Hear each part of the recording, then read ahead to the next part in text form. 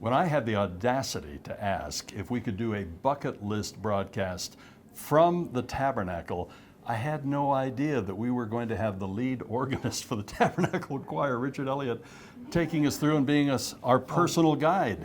Delighted to do it for you, Doug. This is wonderful. So can we just kind of follow you around? Sure. I'll be your tour guide for the next little while and show you some of the organ stuff that nobody gets to see. I love organ stuff. So here we go.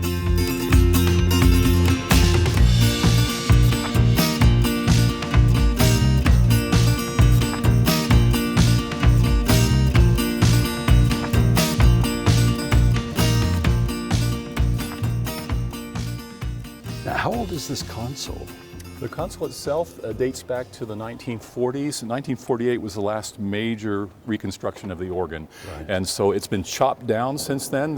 When they first built it in 1948, the organists complained that they couldn't see the conductor over the top of the console. So they had to chop it down, and then it was rebuilt in 1988. Wow. And this is amazing. It's got some of the latest high-tech stuff for an old tech instrument. I mean, organs, the basic technology of pipe organs hasn't changed in two millennia, but there are certain things now that make it easier to do your presets and store thousands and thousands of those even on a flash drive. So we've got all of those things. So it's fair to say it's computerized? The controls are computerized, the sounds are not computerized. It's still air blowing through pipes. Right. Yeah. This, of course, is the face of the organ, right here, what we see. How much of that is functional? Good question. The facade here, which is, like you said, the word face, so facade means kind of the face of the organ. The 10 largest gold pipes that you see there in the case are functional. The rest are dummies. So that means the 3 in this tower, the 3 in that tower, that they look kind of like a human face. Right. So that makes 6, and then there's 2 towers on the outside, just to the outside of those, each with 2 pipes. So that makes 10 pipes. Here's the lowest pipe. And I don't know if the microphones will pick this up, but that's this large pipe right here in this tower. That's a 32-foot tall pipe. If you're measuring from the opening there to the top of the pipe, it's actually about 35 feet tall in all. And it's vibrating at about 16 cycles per second, which a physicist will tell you is below the human range of hearing, but obviously you heard that. Yeah. So the reason why it's below the range of hearing is because we don't really interpret it as a musical sound, but when you add it to a full organ sound, it adds a nice rumble there. It is truly amazing. So where are you going to take us next? And are we going to be able to hear you play a little bit? Yeah, I'll give you a little snippet here. First I'll play, you mentioned the antiphonal at the far end, I'll play a little bit on that. Okay. And then I'll just play a piece that uses pretty much all the keyboards on the organ for you. Great. These pipes actually date back to the original Pioneer organ.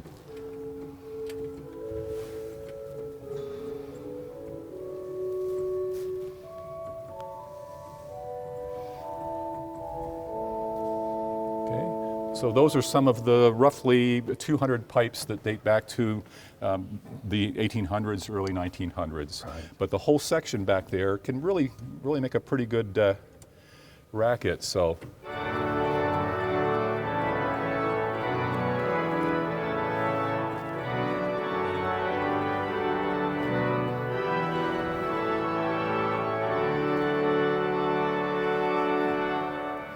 If you're sitting on the main floor, you can't really tell that it's coming from the back of the room, because with this oval-shaped, the elliptical ceiling, it kind of focuses all the sound in the center of the room, so people sitting in the middle there can't tell if it's coming from the front or the back.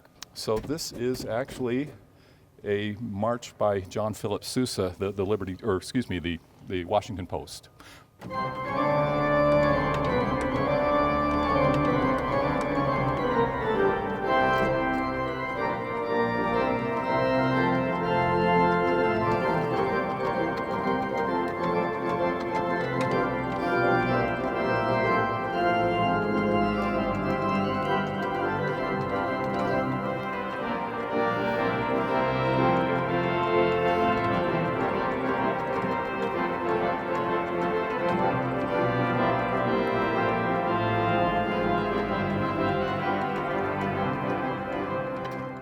The only time I've ever heard this organ is down there. Right. Usually way back in the cheap seats. Uh-huh. It does sound different up here. Yeah, actually, we say to the people, this is the worst seat in the house for hearing the whole organ. You're hearing part of it here, some of it is not as loud here, and it really comes together well in the room. So actually, the cheap seats are the best seats in the house here. But right here, it's a little jumble of sound, and it's kind of hard to tell if you're playing the right notes sometimes even. So do I just kind of slide in here? Yeah, you just got to pivot in from the side there. Pivot in. Okay.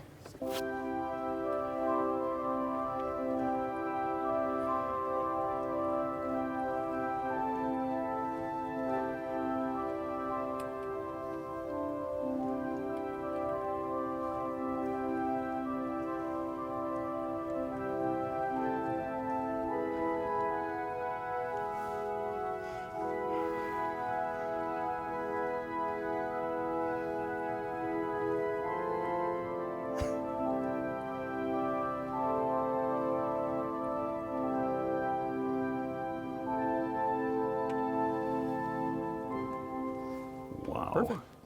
Perfect. This is truly bucket list. I didn't even do chopsticks. I was tempted.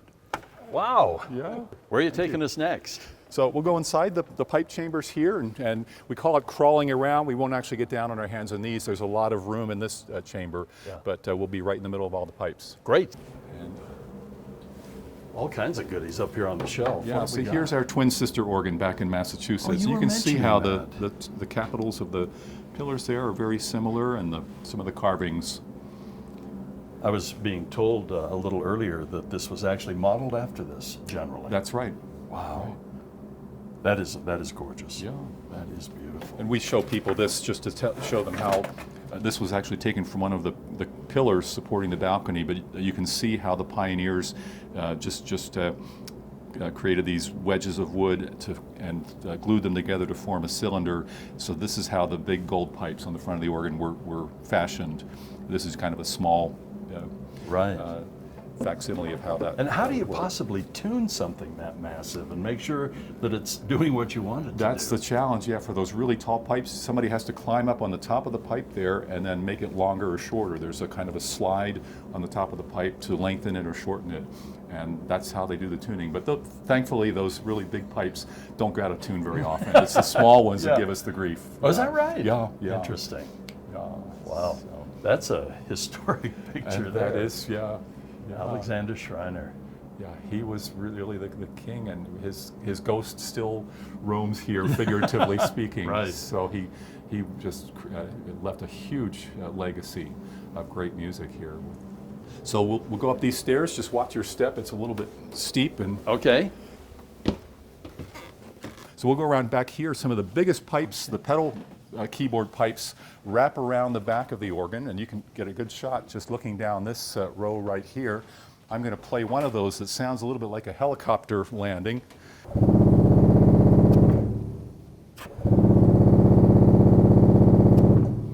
And just like the pipe that on the case that we heard out front, this one is 16 cycles per second. You can actually hear the vibrations, the clicks there. You can almost count 16 of them in 1 second. So if you want to step over that, Doug, and then this is another 32-foot pipe. These were, we believe, manufactured in Boston after the railroad was built and came through Utah. And if you look up there, you can see that it goes within just a few inches of the ceiling. It's about 33 feet tall. That is just remarkable. Yeah, it really is humongous. And I can actually play it from here, and you can stick your hand inside of the pipe and feel the sheet of air that comes up out of this slot right here. Just reach in there. Oh, wow. What's going on back here? This is called a reservoir or regulator, and it, just like a water reservoir, it stores the pressurized air until it's ready to go into the pipe. And then when you play the pipe, this pipe uses so much air, it makes the lid drop down, which pulls on this string right here and opens what's called a curtain valve there to let more air come in from the blower downstairs. Now, what's all of this over here? It looks like real plumbing. It's a radiator, yeah. So that just keeps they're fairly good at keeping this, the temperature's constant here because it does affect the tuning of the organ. So the most critical temperatures, I believe, are the air that's going through the pipe, so that air is really controlled. You'll see when we go downstairs to the blower room that the air is air conditioned, humidified, which keeps it constant. But in the wintertime, that does help to keep the chambers a little warmer. This is a fascinating collection of photographs here on both sides. So a lot of former choir leadership here. Ed Sullivan, when the choir performed the Ed Sullivan show, that's just over where the camera is right there. You can see. Oh, look at that! Yeah, Richard L. Evans. Richard L. Evans and Richard Condy. His son was in our old ward, Bob Condy. Oh, just a really good guy. Jay Welch. Yes, I thought he looked familiar. Yeah, great guy. And Eugene Ormandy, the Philadelphia Orchestra, when they came here and recorded with the choir. And you probably know this guy. Oh. Now he gets his own big picture. Yeah. So it's come a long way since those 4 or 5 men down here pumping away. Yeah, so this is all temperature controlled and humidity controlled. That helps stabilize the tuning. And having the humidity in the air that goes in the pipes also preserves the wooden and leather parts in the organ. Since we're in a desert environment here. This isn't exactly like my swamp cooler. Look at that. Sometimes it's good to have a person showing the shots. So 30 horsepower motor here.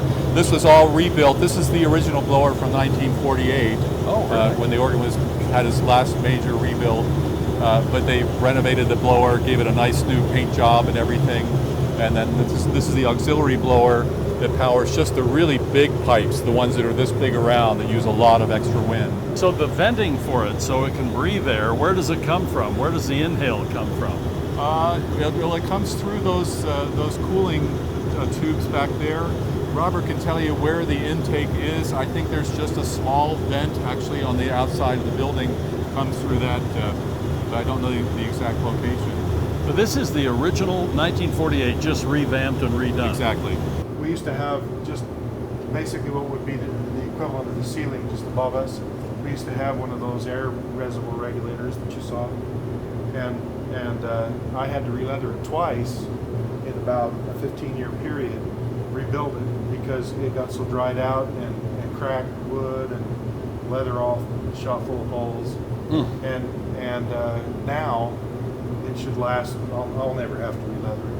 Oh wow. Because it's upstairs and it's far enough away from this, it doesn't get heat, and plus everything's cool going into it, cool enough that it doesn't dry it all out. Yeah, it's pretty complicated. It's a pretty big deal, but I had no idea.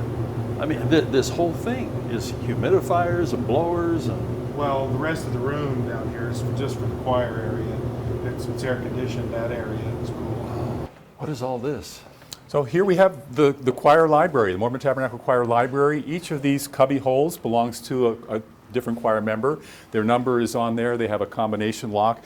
And we have a volunteer staff of well over 20 librarians that manage all the music. So they make sure there's the music for the upcoming broadcast and then for any other future projects. Like right now we have a choir tour coming up where we just finished a recording project. So they make sure that everybody's folder is well stocked in there and that the music is returned on time so that it's ready for the next performance. So this is each member's little space is there with their folders and their hymnal. And then all the music is stored when it's not in use in this compact shelving, which is kind of like a medical records set up here. And you can just turn the crank here and get in, and the music is all barcoded. So you can see here, they can scan it in, scan it out when they distribute it, and then find out very quickly which pieces are missing and how to get them replaced. That must have added, first of all, to the enjoyment to have the orchestra at Temple Square. But the complexity now, especially down here, must be enormous. It is, yeah, and especially around the times of the Christmas concerts, the Pioneer Day concerts, like the recording project we had last week. There's so much music coming in, new music that has to be cataloged, marked, prepared for everybody. And those are the times when these volunteers really do their stuff. What recording have you been working on? Is that top secret? Yeah, I don't know if I'm at liberty to say anything about it yet, but it was a very special recording. and it's almost all pieces that people have heard before, a few new arrangements, but things that are very much beloved and requested very frequently. So, Great. so it'll be out probably around in 2019, probably around the springtime is when we usually have those releases. Sounds good. So this is the ladies' dressing room. This is where they keep their outfits, and the choir members do not have to pay for those. They're provided by the choir organization. We have a volunteer staff of 3 seamstresses who do the alterations on those, and whenever some choir members retire, we have about maybe 30 choir members on average retire every year.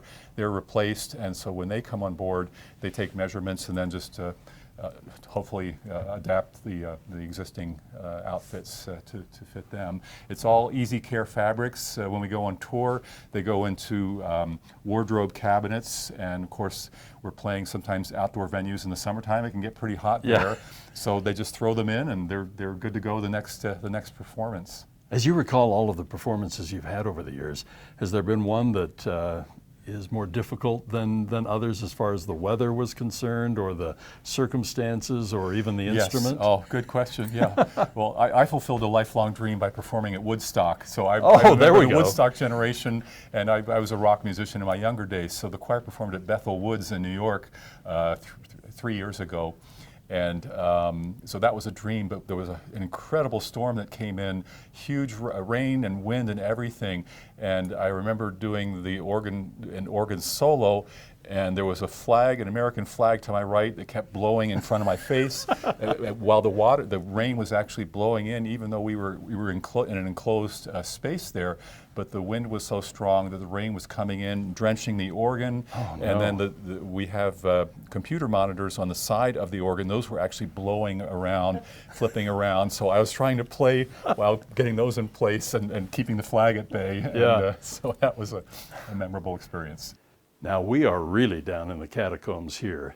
Trent Walker is here with us, and this is the control room. Is that the way to put it? Yep. All right. Thank you for welcoming Thanks for us coming. down here. Now, am I correct? Back in the day when I first started at KSL a gazillion years ago, didn't the studio used to just be, as you're facing the choir, it was stage left? Yeah. A Just dear- a little booth. Yeah, a dear old friend of mine, Dave Sear, one of his responsibilities or even callings was to be here on Sunday morning Right. to record the Tabernacle Choir and do the engineering for Yeah. that. It's been a while. Things That have has been a changed. while. I can remember I just saw that studio once, and I don't have a lot of recollection, but I do know it was nothing like this. No, in fact, this, we've evolved. Things change over time, and with the introduction of everything have to be provided in 5.1, Right. kind of was a game changer for a small room versus a room big enough that you could create a mix of 5.1 that would have to go out to the TV station. This is actually 5 years old, but this is an analog console. Really? So we do the choir, everything that church broadcasts is all analog. We've gone full circle. Yeah. We went down the digital road and kind of found that we weren't really happy with the sound quality as we're dealing with with the world-class organization and the choir's particular sound. So we've gone full circle and we broadcast everything in analog. Amazing. Everything's processed in analog. So whether we do the conference center or the tabernacle, everything comes through here. We want to warm it up. We want it to be big and luscious. And so we do all that we can do on the front end so that the listener at home gets somewhat of that experience. Right.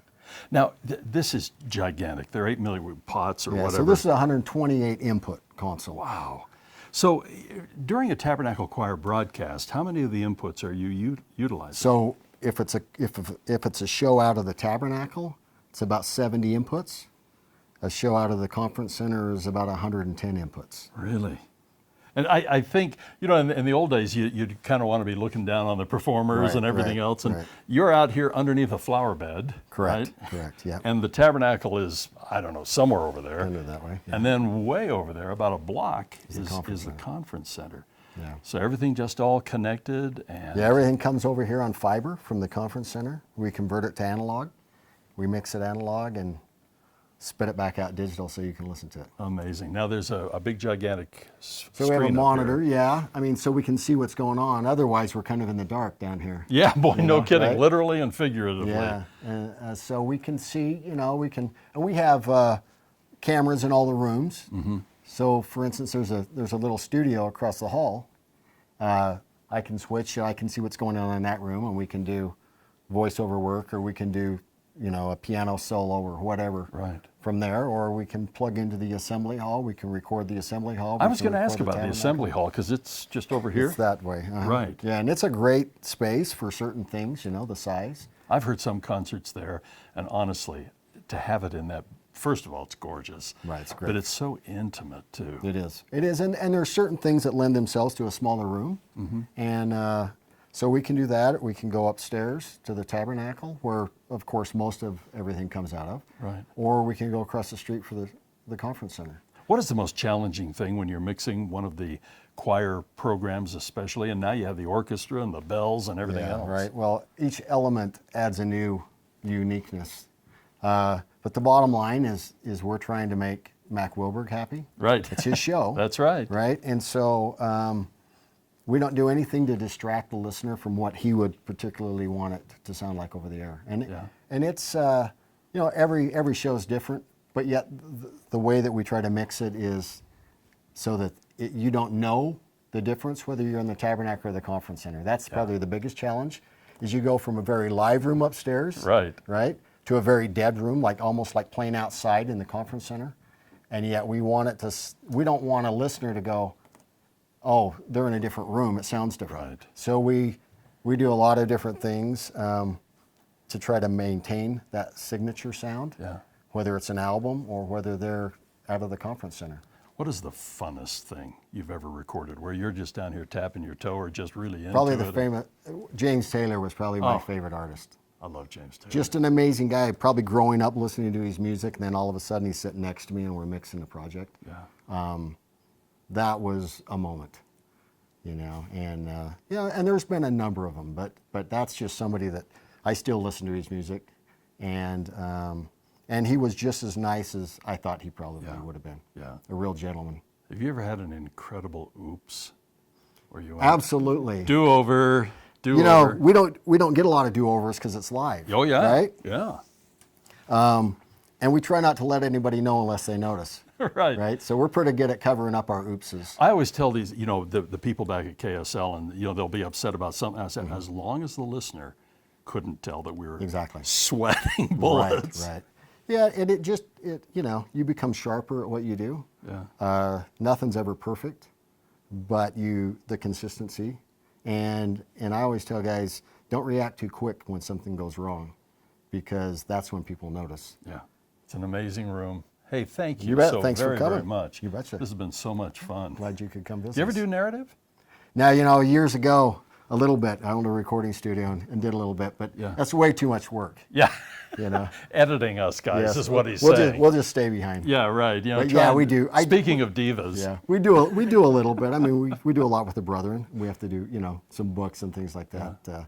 I'm lucky enough to be on the music side of things, but we have a whole crew of engineers that do nothing but edit dialogue. So they're much better at it than I am. Well, when I do my unplugged memoirs, I'm calling There you go. There you go. Thanks again. Thanks, Doug. This has been You bet. great. Thank you. We're here with Robert Paul, and he has been so great about literally opening every nook and cranny of the tabernacle for us. And right now, Robert, I understand you're going to take us where few people ever get to go. Yeah. Where are we going? We're going up in the attic, so you can look at the roof trusses and see the old construction and the new things that have been added. Ever since I was a little kid, I've heard about this. That before the railroad, this building was built, and they didn't have the ironwork, and they didn't have a lot of what for then was modern technology. And I've heard the rawhide straps and all of that. Is that up here? Yep, you'll see them. We get to see it all. Yeah. All right, so we are on the south side, about mid-tabernacle here? Yeah, it's about. Okay, and I'm noticing a gazillion of these little doors. What have we got here? Well, the doors, there used to be just a few, but during the renovation of the building, when they did the seismic retrofitting that was completed 11 years ago, they put in a belt truss as part of that is fabricated steel all bolted together that ties the tops of all of the sandstone columns that are on which the roof trusses bear. Right. And they previously were just sitting there in cribs. Mm-hmm. They were not attached. Oh, really? Yeah, and so the main part of the thrust of that renovation was to go through and put in core drill down through them and put in reinforced concrete, and then put out micropiles and saddlebag footings around the bottom, and then they put a belt truss to tie the tops of all of those columns together, so that then they could attach the trusses themselves to the tops of that and to the belt truss. That belt truss takes up space in here. You can see it as you go in, and it prohibits the access that used to be to this area between each of the trusses, the two pair of trusses. Used to come up with a ladder from underneath in the eave and a trap door, and now that's not possible. So they had to make sure there was a door access all the way around. So there are actually some extras. But if you, basically, if you look at each door, there's at least one between a pair of trusses, so you can get in between. It's really difficult to crawl through a truss. Yeah, you've done it. Yes. He speaks from experience here. Okay. So this is a little, you have to kind of walk the beam, as it were. Okay. So anyway, you just have to follow carefully. Okay, and here we go. So we're actually outside here? No, you're in the attic. But I mean, if we went straight down, we're If you went- outside? Correct, yes. Okay, all right. Originally, the plan for this building was, most people don't know this, but the old tabernacle, which was an adobe structure over here on the southwest corner, and had a dirt floor. It was a couple steps down below ground level. And Brigham Young had this idea of having an acoustical space that was nice, and they had a ceiling that was kind of like the interior of the tabernacle now. Oh. And but the outside was a pitched roof. And when they planned this building, the idea was the same. They were going to put a pitched roof over the top so that they could shingle it. Yeah. Because the top, this is 9 feet from the ceiling to the roof. It's constant all the way around. That's the depth of the truss. Anyway, Brigham Young got the idea for this from watching Henry Grow, who was a trained bridge builder, used the lattice truss method. And he built a bridge over the Jordan River out on North Temple. It was the North Temple Bridge. And if you can imagine, it was like a shoebox, the sides of the box being lattice trusses, rectangular and level, and then planking to connect out onto the banks on each side so you cross over. And, obviously no ends to the box, but Brigham Young saw that, and a little light went on, as they say, and he says, hey, can you adapt this to a roof of a building and make it so that it's a kind of a dome shape that would not eliminate the need for us to have columns that support the roof for such a big span, because we want this big building. And so Henry Grow went to work, and he engineered this modification to curve it, and he then said, he came back to Brigham Young, said, I can build it 150 feet wide, outside dimensions, and as long as you want. He just had to figure out how to radiate the ends to close it in. Yeah. And it's interesting to see how that's done when you go up in it and see that point, but we can't get there. This but is amazing. they just all converge, and it's this big tangled mess, but it all holds together. And they're basically four of these beams. And you can't see those other two from there, but there's 4 of these, and they consist of 2 planks with staggered lengths, alternating, and they were cut. It used to be told that they steamed them. We'll put Wasatch Springs in that. No, they may have steamed some smaller pieces. These are actually cut on a curve. I see. And they must have had some sort of a jig to make sure they got it right. But they were cut on a curve, and then they were brought up here and they drilled with a ship's auger. Yeah. Yeah, I had to drill these holes, and these pegs are, they go all the way through. So you have a sandwich. You have two beams and 2 planks and 2 planks on that side, and then 2 lattice planking pieces, interlocking. And wherever they intersect, there are these 4 holes drilled and these pegs driven through. And then you can see, if you look carefully, the ends are split, the pegs, and wedges were driven in real snug to hold together. And that's how the thing is basically constructed. The rawhide straps, which you can see in some places, there's behind some there, and you'll see some up here too.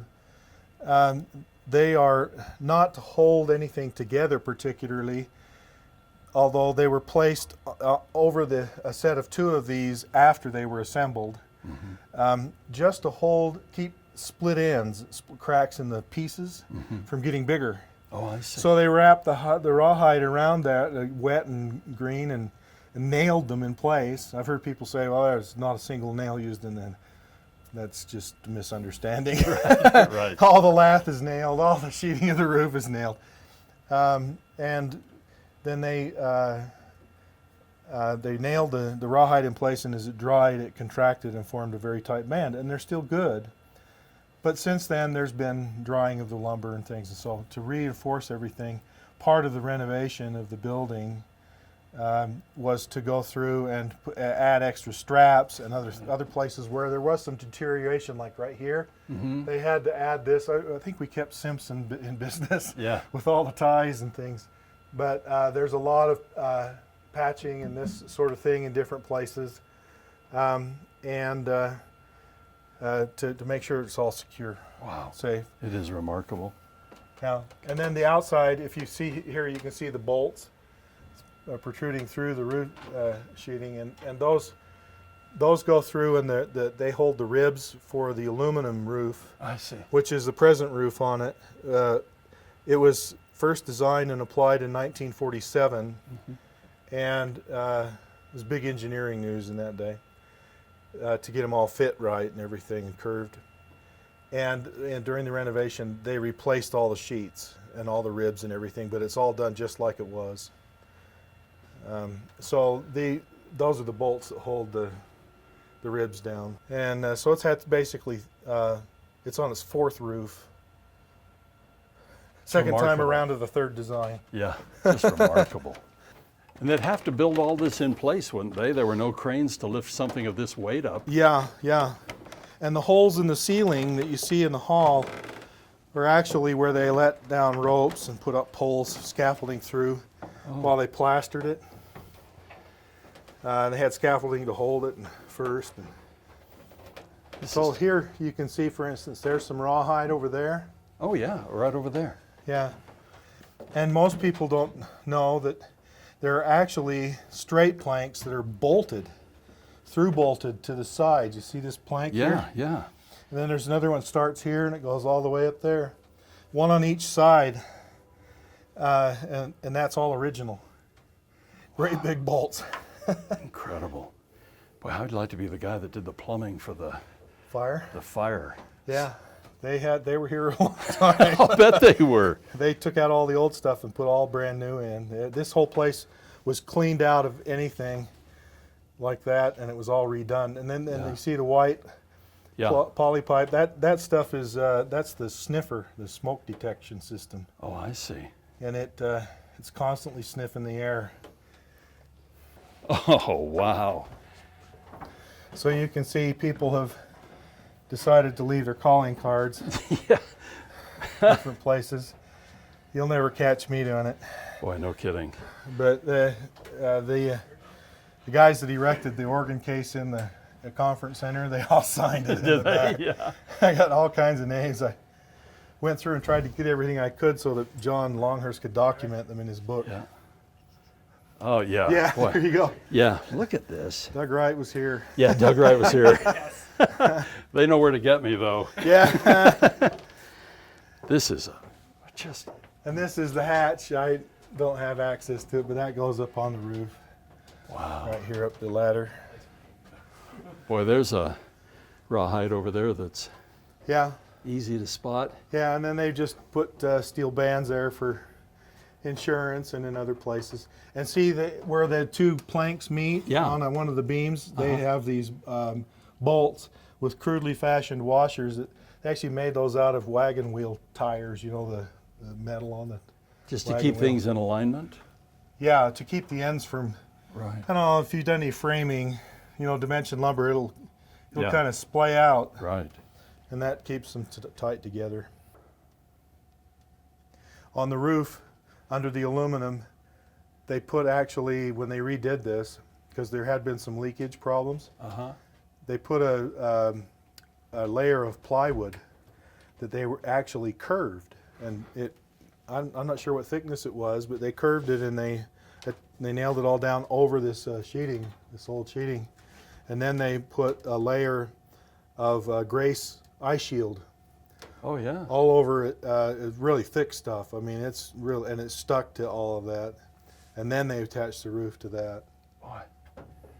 Now, between here and the wood up here that I'm assuming is the roof, Yeah. what are these pieces? They look relatively new. Yeah, they're pressure treated lumber that are part of the added with these ties to reinforce areas that they felt needed some I see. treatment. You can't help but wonder who was up here driving these and who built it and Yeah, actually, the 9 feet that would include this up here, up to the roof. up to here. Yeah, not just the top of the truss. Incredible. Gosh, look at that. I mean, that's old school ironwork, isn't it? And you say this came off the wagons? Yeah, they fashioned those washers off of. That's why they're all odd shaped. They just got pieces of wagon wheel tires. Yeah, nothing was wasted.